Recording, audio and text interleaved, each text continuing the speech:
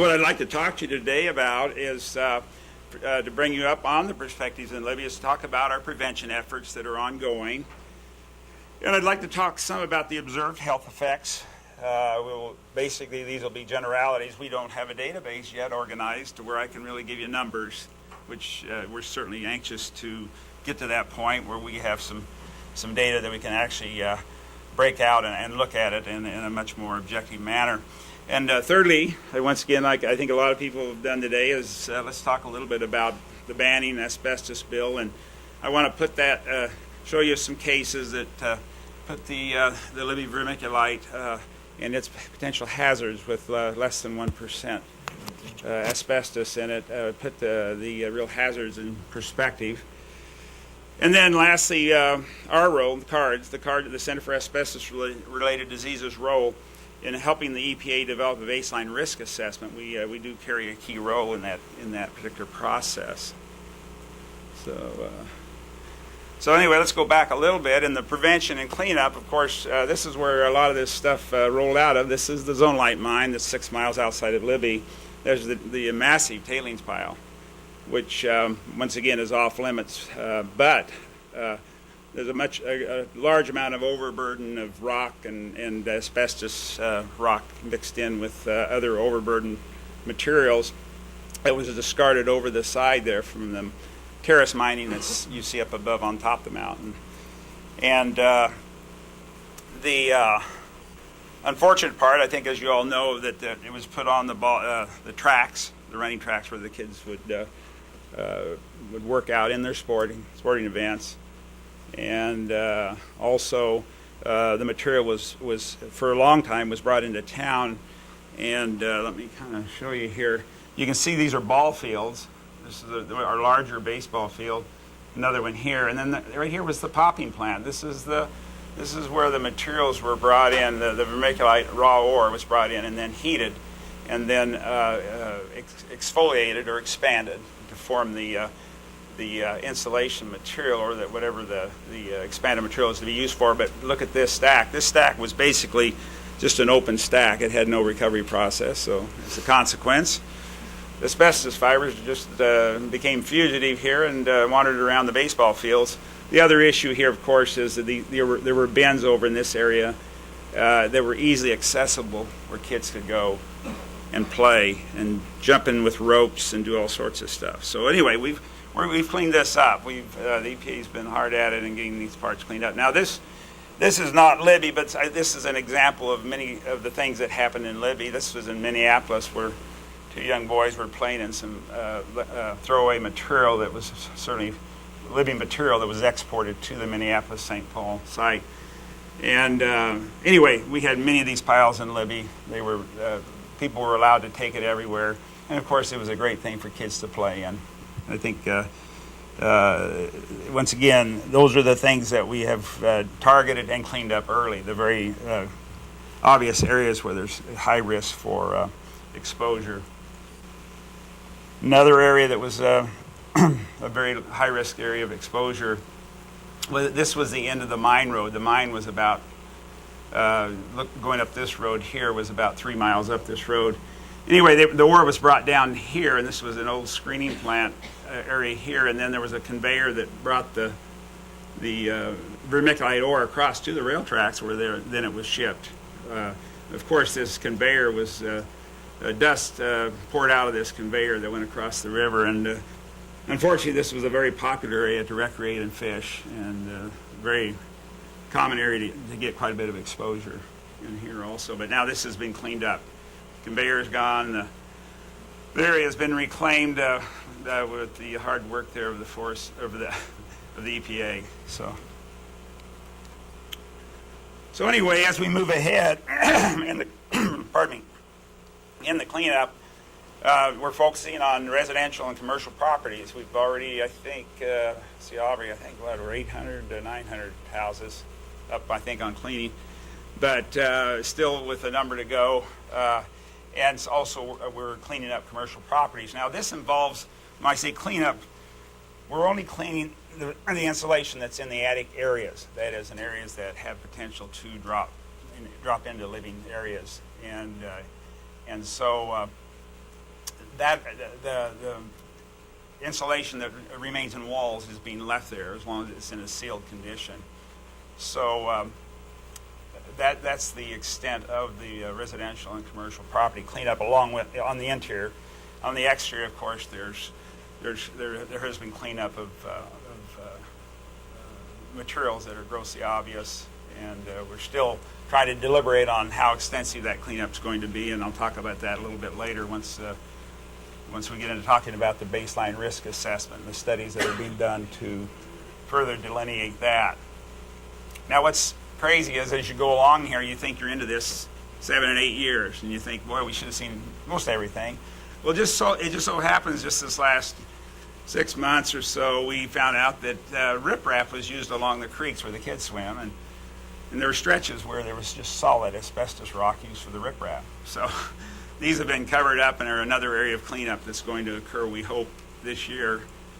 And just another area where it's going to, and I think we're going to continue to see that. It's just, show up here and there because it was used for so many things. Unfortunately, we've had some funding issues in terms of getting what we think in the community are very important areas of cleanup, and certainly the golf course area. Vermiculite ore was used on for conditioning the soils for the greens and areas like that, and with maintenance workers, there's clearly resuspension of the fibers with that process. So there are some increased there's increased fiber exposure in that setting. And we want to get that golf course cleaned up too, and that's very important, of course, from an economic standpoint, as well as the health aspects of that for the community. So now since I don't have statistics, because we lack this database that we're going to have next year, which we can then talk about those next year. I just want to give you some general observations. Once again, I don't have numbers behind anything because of that, because of what we lack. But anyway, from our clinical perspectives, irregardless of exposure, we predominantly have seen pleural fibrosis on chest X-ray. We have not seen any traditional patterns of progressive interstitial lung disease. That doesn't mean to say that it's not present, but it certainly is not the predominant pattern on the chest X-rays. But what we have seen is an uncharacteristic rapid progression and severe progression of the pleural fibrosis, even leading to demise without any little to no interstitial disease present on the studies. So that's reported rarely in the literature. In Libby, it's too frequent. It doesn't fit with the literature. So. In addition to this, I think Mike Harbert talked some about the presence of pain that's related to the pleural fibrosis. Now, something that's been, what we think is really unusual is the high frequency of very severe pain. Pain that is frequently our patients attend the emergency room, and they present with a severe pleurisy, rather acute onset, and it's easy to think you may have something else going on in the clinical situation, like a blood clot to the lung. Even some have thought they were having a heart attack, and ultimately have been out of exclusion of problems, and further CT study have found out that these individuals had significant pleural disease and associated with the areas of pain. Also, we've had a high incidence of mesotheliomas for our population, and now the ones we know about that we have death certificates and tissue studies on are number 31 cases since I've been in the community in a population area of about approximately 10,000. Now, 9 of these resulted from environmental exposure only. Individuals such as that worked in the chiropractor's office, and of course the men would come in after work with dusty clothing, and then they would remove those and for their treatments, and then that seemed to be like that was one incidence of exposure. Another one in that setting would be, believe it or not, is we had a couple that lived in Spokane, which is about 160 miles from Libby, and they loved Libby. They'd come in the summer and spend 2 weeks fishing along the river and areas like I showed you, and did this for a number of years in the 70s and 80s, and they enjoyed the commute so much. When they retired, they moved to Libby in about 1998, and about 3 years later, the gentleman got a mesothelioma and died within a year. And so his wife did come in, and she has a fairly significant amount of pleural disease herself. And these were vacationers who just came and fished several weeks out of the year. So rather unusual kind of environmental exposures. So what I'd like to share with you is just another one to show you kind of this low-level exposure and the amount of pleural reaction that we're seeing in these cases. We've got a young gentleman here that's actually came to us at age 39, but his history was that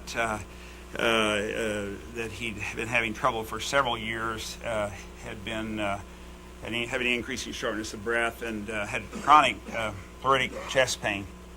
He had been diagnosed with asbestos-related disease after going through his second chest procedure in Oregon, and at that time they recognized that, and so he came to us, and at the time his forced vital capacity was at 68% of predicted, and he was quite symptomatic of dyspnea on exertion. Now, interestingly, this was his exposure history. He lived in Troy, which is it's 17 miles to the east of Libby. His home was approximately 100 feet from the railroad track. So his favorite thing to do every day after school was to go down by the railroad track and watch the trains go by. Now, for years, the ore was simply put in open boxcars and transported. And so as it flew by, frequently you can envision how much release of dust that could have occurred, and also it spilled frequently. They'd have spills of the vermiculite ore. And so the kids would find that and they'd take it home and pop it, because it was fun to pop on your stove and heat with matches and lighters. And so he did that, and then he had a few visits to the mine site. They did that with all the kids. It was just a great school trip to go up to the zonelite mine and get a look at it. So, and while they're there, a lot of times they'd get little bags of the material they could take back with them to exfoliate, to heat and pop. So he did come into Libby, but infrequently. The only thing I could catch was he did swim some, and the pool was about a block from the processing facility, and it's very difficult to tell from that, how much time he actually spent in the Libby community. So, and here's what this gentleman was experiencing, and those of you that don't, some of you in here know what a scan looks like, and of course others don't, but I'll just try to show you. If you look, this is the heart sitting here, this area here. Now, this is the left lung, and obviously it looks a lot smaller, doesn't it? Now, normally the left lung looks smaller because the heart is displaced more to the left, but this lung is small because if you look at this, see, this is the rib, that real dense white areas, and this is scarring in the lining of the lung right here, and it's almost at a point of trying to collapse a little of the lung here, it looks like. But anyway, it scars all the way around here and encases the lung. So he basically has encased his left lung with the chronic pruritus and fibrosis of the lining of the lung. And on this side also, there's some pleural thickening that comes around on this particular cut, but not as dense or thick as the other side. But this gentleman has lost a fair amount of vital capacity and is quite symptomatic, mostly on inclined stairs, and he's quit doing any vigorous activities. And that's at age 39. I have a lot of other youth exposures, and that's something we're going to be looking at. So anyway, I'm going to show you a couple of cases very quickly about what about banning asbestos? What about all the exposures to materials containing less than 1% asbestos by weight? I'm going to show you a couple images of two individuals with vermiculite insulation exposures, both short and long term. Now, once again, this is an electron microscope image showing a bundle of the Libby asbestos fibers within the insulation. And this is a gentleman in around age 18, insulated approximately 12 homes at about 4 hours per home, a total of 48 to 50 hours of exposure. And this is a non-Libby resident. I'm using pretty much just pure insulation exposures. He had no other asbestos exposure, and he's around 64 right now. But if you'll note, he has already developed a significant amount of pleural change around his chest, which just for 50 hours of exposure is quite striking. Now the next gentleman here is actually a gentleman from Canada who worked for the Ministry of the Environment and had packed, when they took their samples, they were very careful. They took chemical samples. They'd pack them in. Once they had them sealed up, they'd turn around and pack them into barrels and then drums, and then they packed them with vermiculite. So he did this drum after drum for quite a while. And he presented to his doctor there, who thought he might have something going on with asbestos but wasn't sure. But he had a lot of chest pain, presented with a pleurisy, and it was really difficult to sort out. But at time did sort this out, and later, this was still down in October 2006. But I throw this up here as an example. This is a typical look of the inflamed pleura. Normally it shouldn't look like that. It's intensely inflamed. This is the lining around the lung. And this is the kind of appearance we see with these people that are experiencing this severe pleurisy. And of course that goes on with the advancing fibrosis. And you'll see what's happened to his chest now. He's got a very thick rind now around this left lung, with a plaque over here you can see. And there. And then once again you can see the amount of scarring, but he's once again encased his left lung, and it's and you see stranding and scarring going into the lung itself. So anyway, these are just insulation exposures. These people were not exposed to any other asbestos that we know of any other way through extensive exploring of their exposure histories. So anyway, what are the community challenges? How clean is clean enough for our community? And that's something that still sits out there.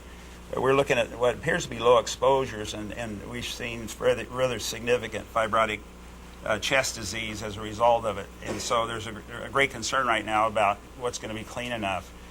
And once again, inadequate health care coverage that's been a perpetual problem due to the failure of W.R. Grace to provide that the essential care for asbestos-induced disease.